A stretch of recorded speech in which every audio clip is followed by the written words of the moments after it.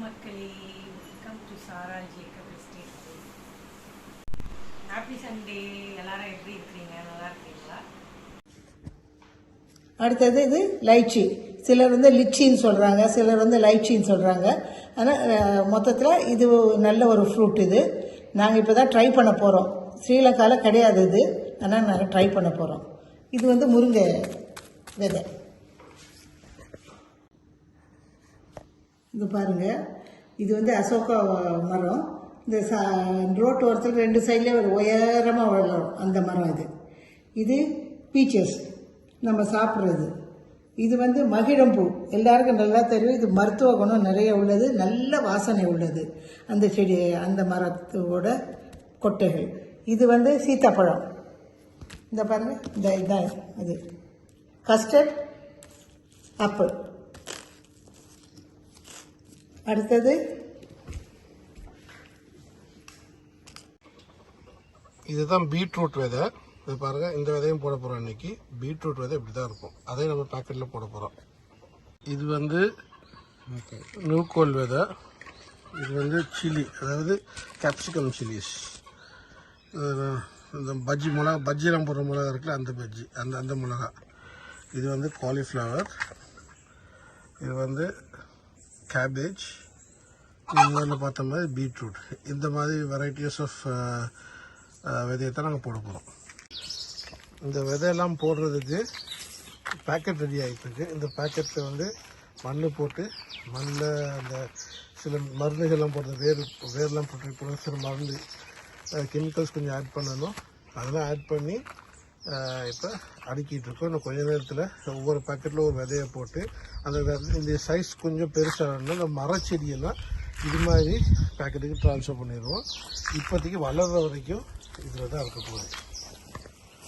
பஜ்ஜி மிளகாவோட விதை இதுதான், பஜ்ஜி மிளகா. இப்போ என்ன பண்ண போகிறோம்னா, ஒரு பேக்கெட்டுக்கு வந்து 6 விதை வைக்க போகிறோம். இது 6 பிரித்து வச்சுட்டு ஒரு பேக்கெட் ஆகிடும். ஒரு பஜ்ஜிக்கு ஒரு 10 பேக்கெட் போட வேண்டி வரும்னு நினைக்கிறேன்.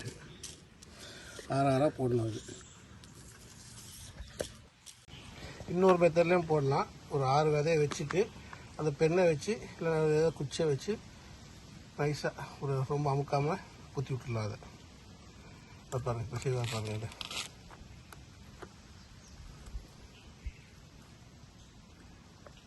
பின்பக்கத்தில் நமக்கு பின்பக்கம் பின்பக்கம்.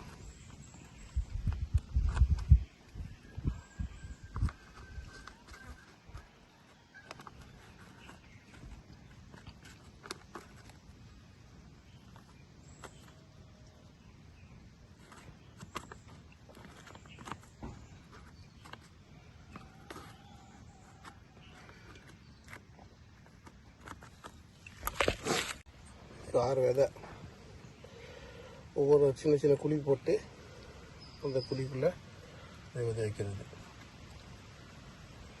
இது மாதிரி 5 பேக்கெட் போட போகிறோம். இது இந்த விதை வைக்கிறது மிளகா பஜ்ஜி விதைக்கு. இது வந்து கொத்தமல்லி தண்ணியில் ஊற வச்சு முளை வர வச்ச விதை. இது இப்போ போட போகிறோம். இதில் போடுங்க. இப்போ இன்னும் கொஞ்சம் பக்கத்தில் போடுங்க. இன்னும் கொஞ்சம் அப்படி போடுங்க. இன்னும் கொஞ்சம் போடுங்க. அதில் அது இல்லாத இடத்துலாம் போட்டு விடுங்க. அது மாதிரி போட்டு விட்ருங்க.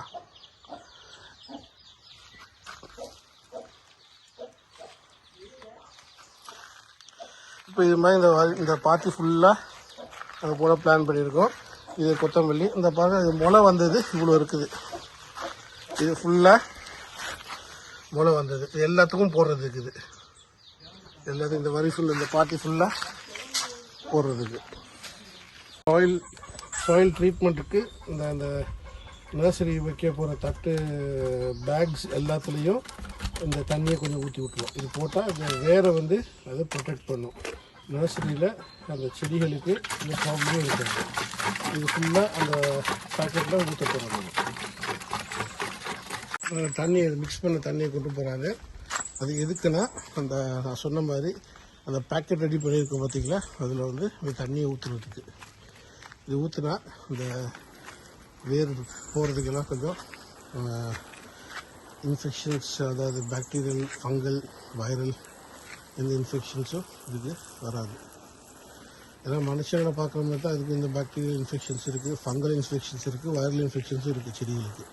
இது எல்லாத்தையும் கண்ட்ரோல் பண்ணுறது தான் இது. இந்த மருந்து ஆக்சுவலாக பேசிக்காக போகிறது அந்த ஒரு சின்ன பருவத்தில் வர்றது வந்து ஃபங்கல் இன்ஃபெக்ஷன்ஸ் தான் ஜாஸ்தி.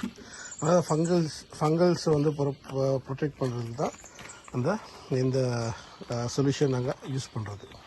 இது பாருங்கள், இந்த காய் எவ்வளோ பேர் இன்றைக்கி எடுத்தோம். நம்ம ஷார்ட் வீடியோவில் பார்த்தோம்னா, ஆனால் இந்த ஷார்ட் வீடியோ தான் பறிக்கிறதை எடுத்தோம். இது வந்து ஒரு காய் 2.5 கிலோ. இந்த காய் இது வந்து ஆக்சுவலாக நாங்கள் மரத்தில் இன்னும் விட்டுருப்போம். ஒரு காற்றுக்கு காய் அடிச்சோன்னா இந்த சின்ன காய் விழுந்துருச்சு. அதனால இதையும் பறிக்க வேண்டியது ஆச்சு. இப்பையும் பறிச்சிட்டோம். இதுலேயே பெரிய காய் இந்த சீத்தா வந்து 2.5 கிலோ. முள்ளு சீத்தா 2.5 கிலோ இருக்குது. அது மற்ற நீங்க 2.5 கிலோ ஒன்று இருக்குது. இது வந்து பாருங்கள், இப்போ 2 வச்சா 4.5 கிலோ. மூணாவது காய் வச்சா இது வந்து 5 கிலோவும் 180 கிராமும் இருக்குது. 3 காய் வச்சு 3 காய். இந்த காயை வந்து மணல் சீத்தான்னு சொல்லுவாங்க. இது வந்து மணல் சீத்தா காய். இதுவும் ரொம்ப ஹெல்த்தியான காய் தான். இது வந்து முள்ளு சீத்தா, இது வந்து மணல் சீத்தா. இது ரெண்டும் சீத்தா வெரைட்டி தான். இது உடம்புக்கெல்லாம் அவ்வளோ ஹெல்த்தியானது. மரத்தில் பப்பாளி காய்ச்சி இருக்குது. அது தமிழ் பறிக்க போகிறாரு. விஜய் கொஞ்சம் ஏறி பிடிச்சிக்கோங்க. அது மரத்தில் ஏறுறாரு. இப்போ ஏன்னா அது வந்து ஓரத்தில் இருக்கிறதுனால ஏறுறது, இப்போ மரத்தில் ஏறுறது கொஞ்சம் கஷ்டம். அதனால் தமிழ் என்ன பண்ணுறாரு, ஏறி பறிக்கிறாரு. தமிழ் மற்ற பக்கத்து இருக்கிற அதுவும் பழமாக பாருங்கள்.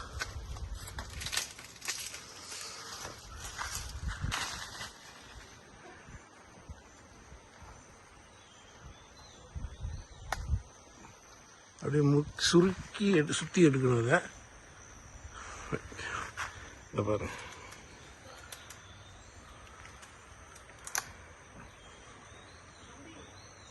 இருக்கிறதுலே பெரிய காய் அதுதான். நல்லா செங்காயாக இருக்குது.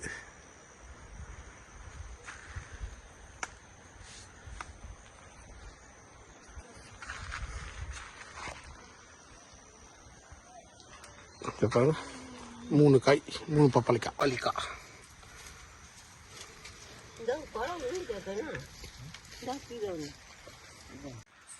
போன வாரம் வச்ச வெங்காயம் பாருங்கள் எவ்வளோ சீக்கிரம் எவ்வளோ அழகாக வந்துருச்சு பாருங்கள். இதை வெங்காயத்தில் இருக்கிற இது பியூட்டினா தான் சீக்கிரம் வளர்ந்துருது. 40 டேஸில் நல்லா பெருசாக வந்து பூக்க ஆரம்பிச்சிருது. ஸ்ப்ரிங் ஆனியன்ஸ் வந்து 40 டேஸில் எடுத்துடலாம். தேங்க்யூ மக்களே. என் வீடியோ பார்த்து எனக்கு சப்போர்ட் பண்ணுற எல்லாருக்கும் ரொம்ப ரொம்ப நன்றி. புதுசாக பார்க்குறவங்க சேனலை சப்ஸ்கிரைப் பண்ணிக்கோங்க. தேங்க்யூ, பாய்.